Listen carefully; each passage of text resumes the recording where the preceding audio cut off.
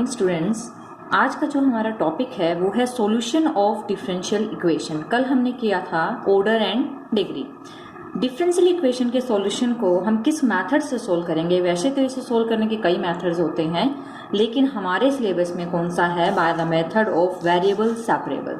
क्या मीनिंग है variable separable का? इसका मतलब है कि हमारी जो डिफरेंशियल इक्वेशन है वो एक्स और वाई में गिवन होती है। तो हम क्या करेंगे, जो भी क्वेश्चन हमें दिया होगा उसमें एक्स और वाई को सेपरेट कर लेंगे। कैसे? एग्जाम्पल से समझेंगे। फॉर एग्जाम्पल क्वेश्चन में आएगा सोल्व, ये क्वेश्चन है हमारा x dy by d x is equal to 2। हमें इसको क्या करना है? सोल्व करना है। सोल्व का मतलब होता है आंसर हमें x और y में निकालना है। कैसे? सबसे पहले जो भी x एंड y वेरिएबल्स हैं उनको अलग अलग करो। जैसे dx जो है यहाँ पे x इसके साथ मल्टीप्लाई में इधर आएगा तो डिवाइड में आ जाएगा। अब dy की टर्म एक तरफ, dx यहाँ क्या है? डिवाइड में, तो इसे हम यहाँ ऊपर ले जाते हैं। अब ये सेपरेट हो गए, एक तरफ तो हो गई x की टर्म और एक तरफ हो गई y की टर्म। तो फर्स्ट स्टेप तो ये थी कि जो भी x और y है उसको हम क्या कर लेंगे?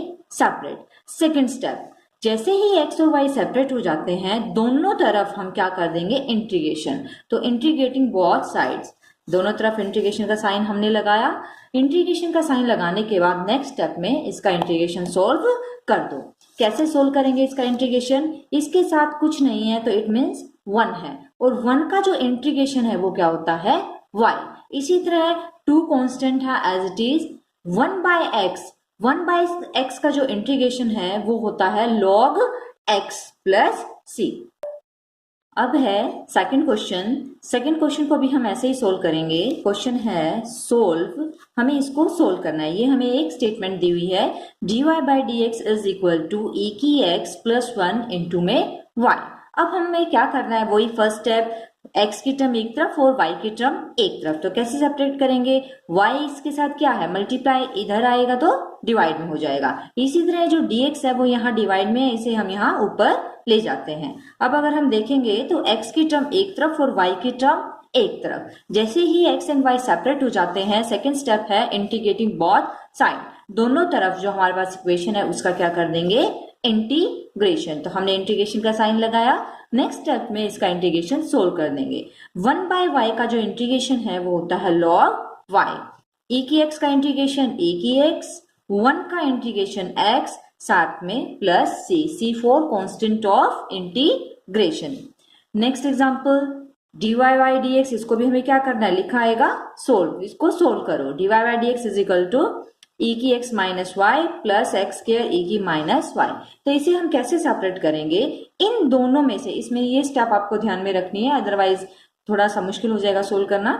इन दोनों में से हम क्या करेंगे? e की माइनस वाई कॉमन ले लेंगे। e की माइनस वाई यहाँ भी है और e की माइनस वाई यहाँ भी है, तो दोनों में से e की माइनस वाई को हमने कॉमन लिया।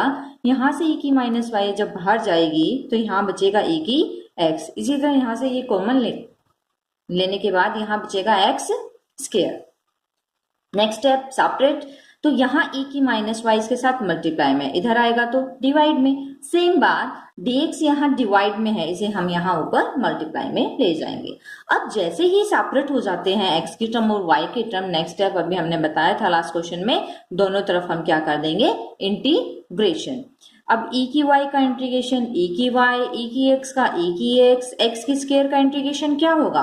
पावर में एक ऐड कर दो, मीन्स x की 3 डिवाइड बाय वो पावर प्लस में c। इसके बाद हमें क्या करना है नेक्स्ट क्वेश्चन में?